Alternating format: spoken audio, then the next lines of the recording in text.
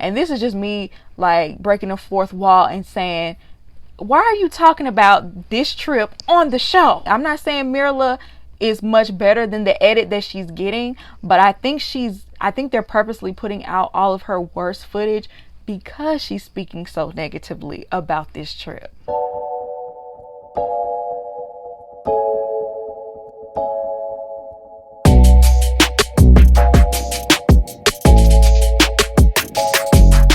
Welcome to La Vida Rosa. I'm your host Pinky, and today we will be talking about Married at First Sight. But before we begin, I would like for everyone to check out my website, lavidarosastyle.com, where you can find cute accessories like the ones I'm wearing right now. Like, comment, and subscribe. And without further ado, let's get into this video. Okay, y'all, so we finally got into the honeymoons. Finally, okay? I feel like it's taking 2 months to get here, but we're here. But sadly, I regret to inform you, if you're one of the ones who don't watch the show and just watch reviews, Zach and Michaela, RIP to their honeymoon. I feel so bad for them. I feel so bad. It turns out Zach contracted C19. I can't remember any other couple on this show not being able to experience their honeymoon. Like, people have had bad honeymoons. People may have wanted to leave their honeymoon early or didn't like the person they were on the honeymoon with, but to literally not be able to be with your partner on your honeymoon because of the panorama, especially for Married at First Sight, like that's one of the funnest parts of this experience from what I think, especially if you actually find your partner attractive, y'all actually are having a connection. You would love to want to experience a fun time in the sun, and that was snatched away from them. I just feel like this is going to set the tone for their relationship. Unfortunately, like I said, Zach tested positive for C19, which is like the worst case scenario for a situation like this. And Michaela tested negative. But what was really shocking to me and jarring for me is that they were still filming in the same room. Shouldn't you be quarantining yourself off in the other bedroom? Like, maybe this should be like a FaceTime call. Like, I know that y'all want to be in each other's presence, and he was like, no, I really can't be next to you. I'm sorry, I can't be next to you. But y'all are in the same room, close enough for him to turn around and film. Now, normally I try to ignore C19 and C19 protocols just for entertainment purposes. I don't want to bring everything down, but we are in a panini. We are like, we are in one, and this is very reckless and irresponsible because Michaela, you tested negative, but you've been in the same room with him, breathing the same air as him. Don't you think that you could contract it as well? Like, I just didn't understand. Like, it doesn't make any sense for y'all to have still been in that same room. Y'all, I was freaking out. And then on top of that, when he was filming her, she was complaining and upset. And it was almost like she was taking the fact that he tested positive personally. Like what? I mean, I understand the disappointment. I really do. And you're not going to be able to be around him for 2 weeks. So I can understand being frustrated and disappointed. But the way she was expressing that was really coming off as bratty. Really, you should be thanking God that you don't have it, and being a little compassionate and supportive to the fact that your husband does. A lot of people have not come out on the other side of having this. So for her to be a little bit self-centered in that moment, even though I understand, it just wasn't, it was coming off as bratty. It just was. And I just, read the room, girl. Like, I didn't understand that. I didn't understand it. So the other couples were obviously wondering where Michaela and Zach were, because like as soon as they landed, Zach wasn't feeling well. Michaela reached out to Rachel, FaceTimed her, and let her know what was going on. But she told Rachel that she was going to be going home. And I'm like, why are you going home? Like, at first I thought maybe the show didn't want to pay for an extra room or pay for her to do like, things by herself or film her by herself, and they sent her home. But on Unfiltered, her cast members made it seem like, they wanted her to stay, and we would have been here to be like a support system for you during this time. Like, you didn't have to go home. That's what they were making it seem like. So I wonder what prompted her to go home, because I wouldn't have. Like, I understand you want to be here with your husband. This is supposed to be a honeymoon, but this is still a vacation, girl. I would have taken full advantage of this vacation. I'm sorry, and I'm still gonna check up on you. We can knock on the door and like kiss each other through the door and stuff like that. Zach is gonna have to stay in his hotel quarantine, so I know that's kind of miserable. Like, you can see the beach and everything, but you can't really experience it. So I really do feel bad for Zach. And you know what? During this whole episode, their presence was missed, because Michaela, whether you like her or not, she has a very big personality. And I just feel like she would have been so fun on this honeymoon. Like, I feel like she would have brought a lot of personality and entertainment, low key. So I'm just really upset that she left. I really am, y'all. So let's move on to Brett and Ryan. In the confessionals, Brett and Ryan, especially Brett, talk about how they have this great connection. They're talking, they really are enjoying each other. I'm still debating on whether he's just introverted and has like a dry, sarcastic sense of humor, or are you actually a jerk? Like, I'm still debating. I can't put my finger on it. You're gonna have some awkwardness because you're strangers, but a part of me feels like he's being a jerk. Like, I just do. And I don't know. I don't want to put my final judgment on him yet, but that's where it's coming off. A lot of people feel like Ryan is not attracted to Brett, and that could be the case. I could see that too, because I don't know, you guys. Like, I know her freaking out on the plane probably was a turn off to him, but just the way that he was talking to her about it, I don't think she was flipping out on the plane on purpose or to be a diva. Or when people flip out on a plane, it's because mentally, obviously, they can't take it, you know. And I just kind of wish he would have had a little bit more compassion. Like, every time he talked about it, he was very negative and, you know, had a very nasty attitude about it. That's what made me feel like, you know, maybe he's just a jerk. But later on, they were getting massages, and she brought up children and, you know, asking whether he wants kids. He said he been wanting kids. He, you know, he act like he want a honeymoon baby, which is, y'all, anytime anyone brings up honeymoon baby, like, I love Woody, but you started this, and it irritates me every time anybody else brings it up, because y'all are strangers, okay? In my Mirla voice. During that moment, I was feeling like, well, maybe Brett is iffy about children. But later on, they talked about kids, and, you know, he made it clear that that's a non-negotiable thing for him. She just doesn't want to be a single mom. She wants to make sure her kids have a family. So, you know, that's totally understandable, because I'm the same way. I really, really, really, really, really do not want to be a single mom at all. That's probably no shade to single moms at all, because, you know, you do what you have to do. And I know plenty of single moms that are doing a great job being a mom, but I really, really don't want that to happen. But I also know that being married doesn't guarantee you that you're not going to be a single mom. So I could understand, you know, where her concern comes in on that. But she did put his mind at ease that she does want to have kids. And then another concern of his was he was concerned about intimacy. And, you know, he feels like if they're moving at the same rate that they're going now, that should be coming up soon. She says she just wants to take things slow, and we'll see. Hopefully he doesn't try to pressure her into doing anything. So let's move on to Jose and Rachel. So she brought up the toothbrush comment again, because clearly that bothered her, and I'm glad that she's, you know, bringing it up in a serious capacity, because I feel like every time they addressed it before, it was jokes, but she brought it up seriously. Like, I don't like the fact that you said you was going to try to brush my teeth, or even when you tried to feed me, because it makes me feel infantile, like I'm a child. I'm not your child, I'm your wife. So I'm glad she set that boundary. But I just feel like he's a little bit controlling. We're going to see later where his controlling ways comes out a little bit more. So when it comes to feeding her, though, I thought maybe he was doing it to be romantic, because when we saw him do it, you know, it was at the wedding. Usually, you know, on people's wedding day, they feed each other cake. So I didn't see a problem with that, but apparently he did it again. He was saying that he was doing it trying to show her that he will take care of her. And yeah, that's a weird way to show that. That was weird. His reasoning behind it was weird. But he's gonna have to learn that Rachel is a very independent person. She has her own, and she says she's, never wants to feel like she is dependent upon a man.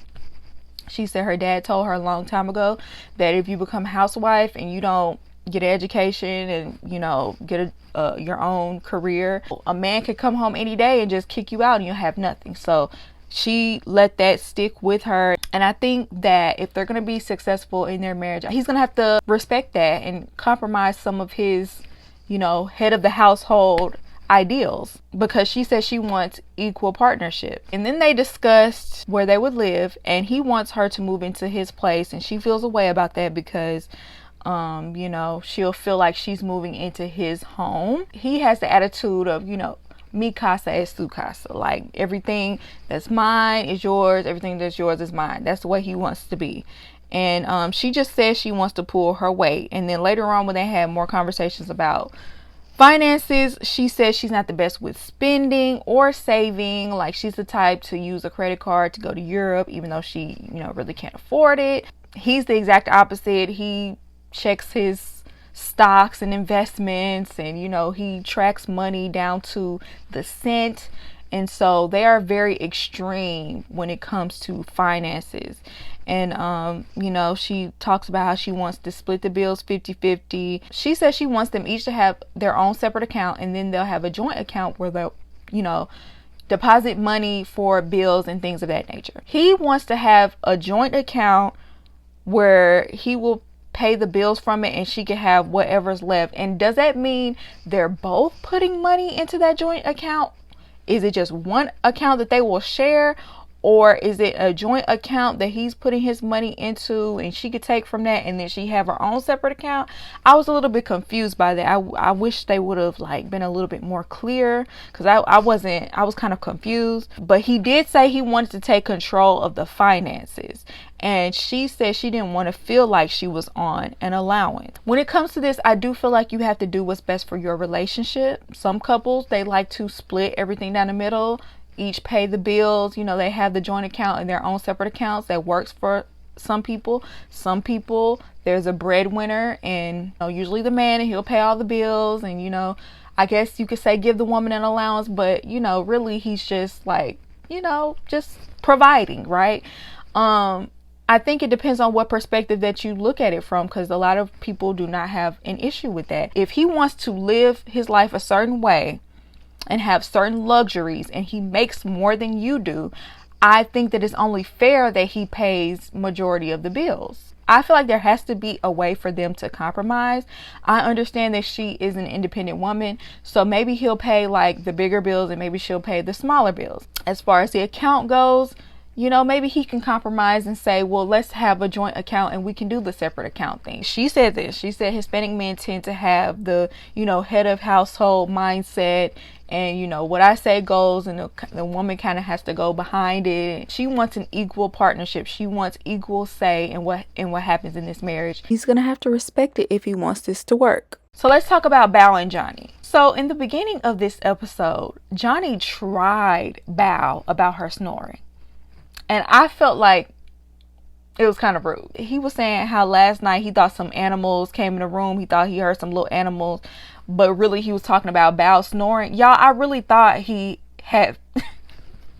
Maybe I'm just gullible. I really thought some animals had got in that room. I know you're joking. I know you're poking at her. But that was kind of rude. And that's not the first time he mentioned her snoring.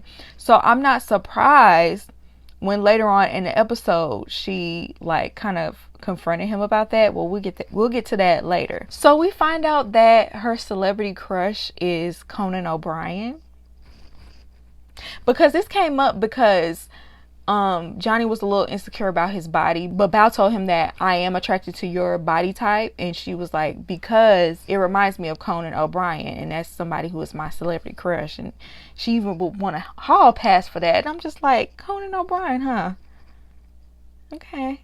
I ain't gonna lie, that threw me off a little bit. I wouldn't have thought that, but okay. Another thing I got out of that is another red flag.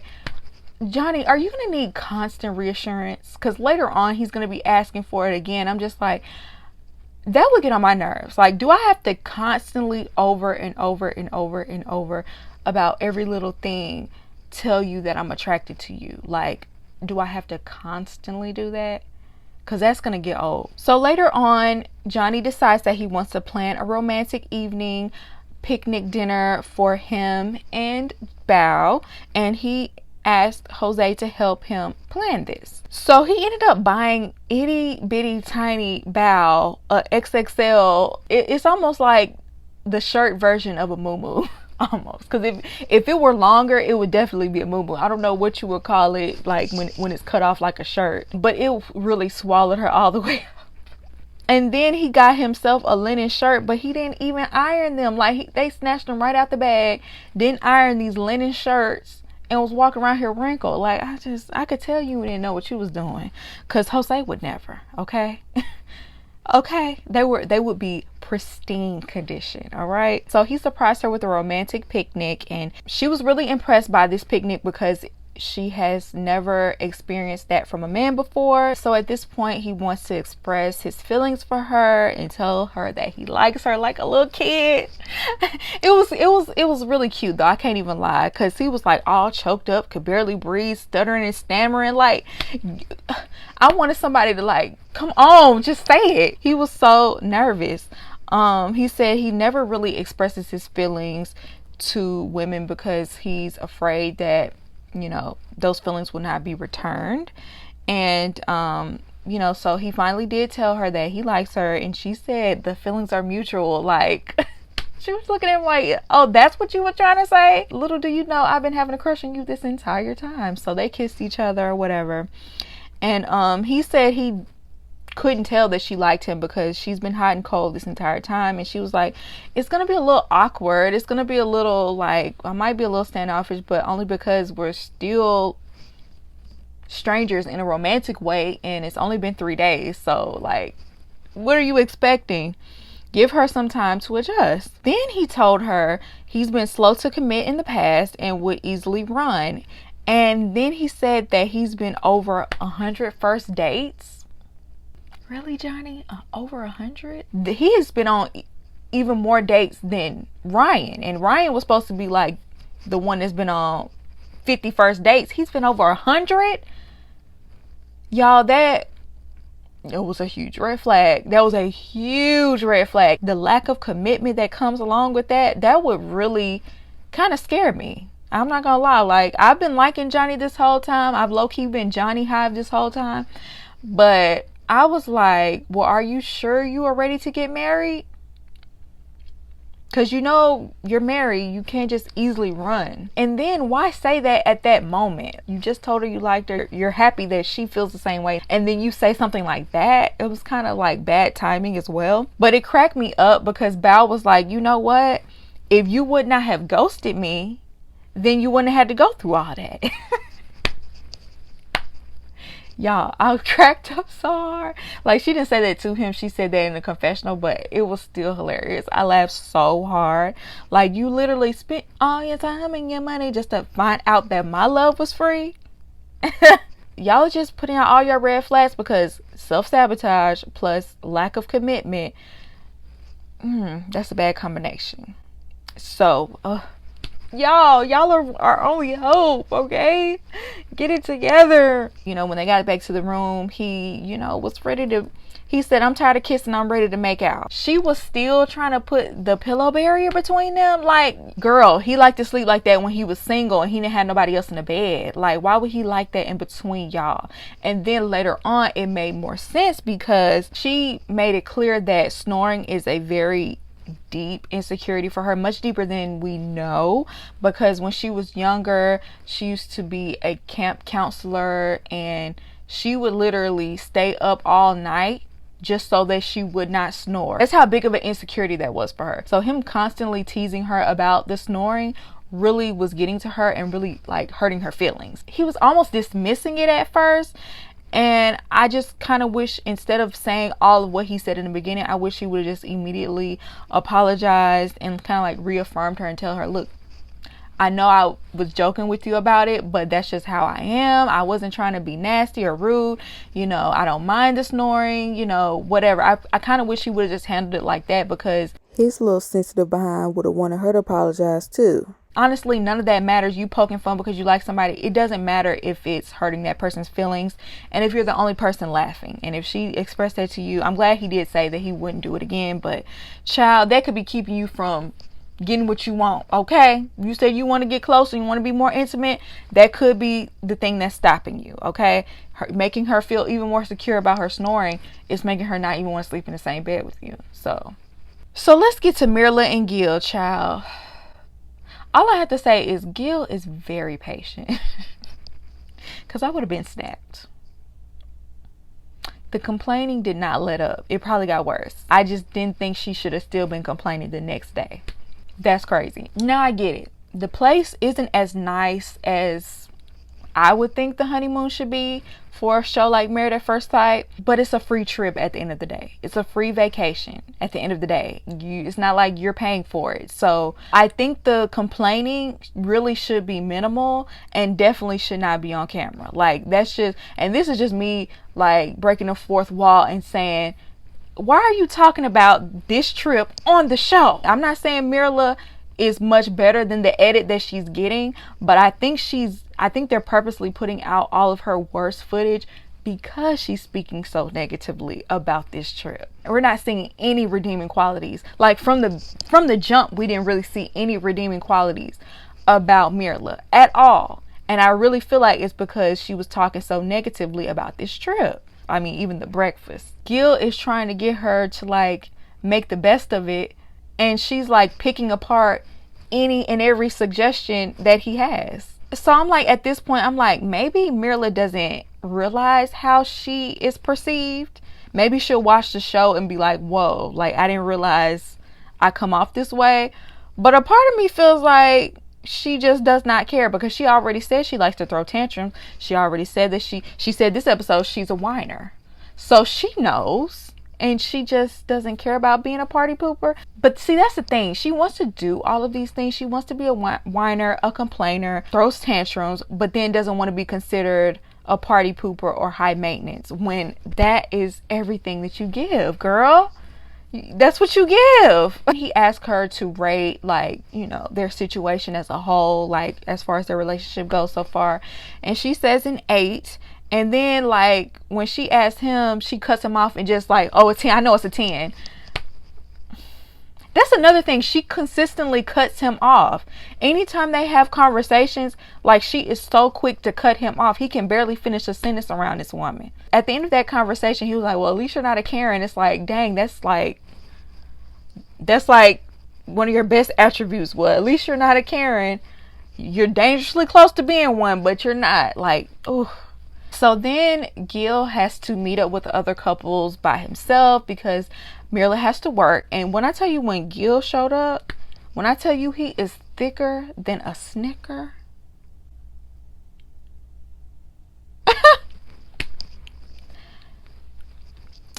The IG models could never. They only wish their thighs match their booty, okay? The BBLs ain't got nothing on Gil. He dragging a wagon. I'm not mad. I'm not mad, okay? Because he carries it well. It doesn't look feminine, because I didn't even notice it until I saw him in those shorts. But I'm just like, I'm jealous. That's not fair. He sat down and he asked all the couples, like, how far has each of the couples gotten as far as kissing. And I really hate that he brought this up. One, because yes, all the couples have kissed each other, so you know that he's going to compare his relationship to theirs. That's just like, don't compare your relationship. I mean, I know Mirla is, your nerves, but it's just not good to compare your relationship to others. And two, Mirla wasn't there to give her side of it. He explained what she said, but why bring it up and she's not even there to have the conversation? And then he basically put her on blast, telling the whole group that she's high maintenance and saying that she acts like a toddler, so he'll let her throw her tantrums, even though she bragged about tantrums. He basically said he lets her throw her tantrums and feeds her so they can move on. And I'm just like, the way you said that, I know she getting on your nerves, and I know Mirla is not y'all's favorite, but y'all gotta admit that was disrespectful. And I can't stand a man that runs their mouth about our relationship to other people. I can't stand that. That's like one of my biggest pet peeves. Keep our business our business. So the fact that he was, talking about her behind her back, and in the way that he was talking about her, I was really turned off by that. I did not like that, because he was dead wrong with how he presented that to everybody. This is the first time you're meeting all the other couples. Your wife is not here and you're already talking about her behind her back. So they meet up for dinner, and she asked him to spill all the tea on the couples, and obviously he told her that all the couples had kissed already, and she was kind of like being very condescending about them kissing, I guess, this early, and saying, we're strangers, that is your decision, just don't judge other people for theirs. And so she basically said, men will kiss anybody. I think this is another time where she doesn't realize how she comes across to other people, because you saying that is making it seem like, yeah, men will kiss anything, and like the women there are just anything. And maybe I'm just the one that took it that way, but I feel like it can easily be perceived as being interpreted that way. You know what I'm saying? So I just, that was cringy when she said that. He's obviously bothered by the fact that she's not kissing him, because he feels like if you like someone, then you'll show it. Later on, she admits that she is very touchy in relationships, but he's like, well, you haven't touched me yet. And she said that takes time for her to be like touchy-feely. And I could see that. Even though she's kind of standoffish, she might actually be like the type of person that it takes a while for her to get comfortable around you. So I will give her that. I don't think that she is unattracted to Gil, because I feel like if she was, she would be clear about that. I don't think she would have a problem with that being known. I don't think she would lie and say she was when she wasn't. She brought up her wedding ring and saying that her wedding ring is going to have to be replaced, and I thought that was kind of rude. But does the show provide the wedding ring? Because if he didn't purchase it or pick it out, then I guess that's not as rude. I think it's in bad taste to bring it up like that. Then again, you're talking bad about the show that you're on if you're talking about the ring that they bought. So once again, girl, I'm not surprised you're getting this bad at it. Then he asked her, does the gifts always have to be expensive or like monetary gifts, or can he give her something more thoughtful? And he used a quilt, for example, because it takes time and effort and thoughtfulness to make a quilt for somebody, and she completely shut that down. Like, a quilt? What am I, my grandma? Like, no. I do think you should think about that person when you give a gift, not just give something that you want to give them, but something that they would want. I do feel like if someone takes out the time and effort to make you a gift like that, then you should not just completely shut it down or like look down upon it or be rude about it. And she seems like somebody that definitely would. Just extremely superficial. That's the way she comes off. So later on, he surprised her with champagne and macaroons, and she was very impressed.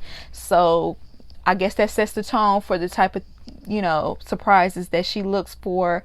I was surprised she was into it, but she really was. And when they were eating the macaroons, I guess he had never had one before. He was like, oh, this is just like a bougie cookie. This represents you. You're like he says she's like a bougie cookie. It's like the same as like a regular chocolate chip cookie, but bougie. And I thought that was hilarious. Because yeah, this whole episode, I love that Gil calls her out. Like, he doesn't just go along with whatever she says. He always questions her and like jokes around at her, pokes at her. Like, they do have that banter, and she does seem to enjoy it. So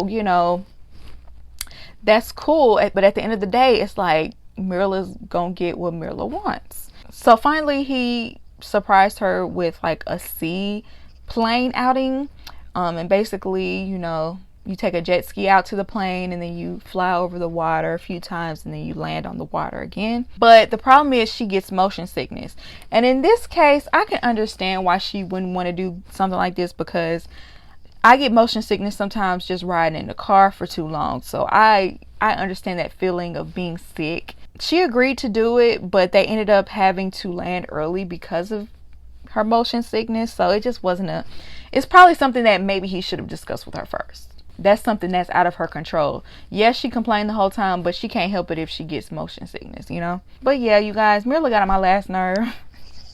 I don't know how Gil does it. I don't know how he puts up with her, because her complaining every 2 seconds is really, really draining. And he's been a good sport, but I just don't see that relationship lasting. I don't even know if it's gonna last to decision day, truly, because she's so picky about everything, and she doesn't really want to show emotion to him. So what is there for him to really latch on to, you know? But we'll see how things go. Y'all let me know how y'all feel down below. Do you agree with me? Do you not agree with me? I would love to hear your opinion, and I hope you enjoyed this video, and I'll see you in my next one. Peace.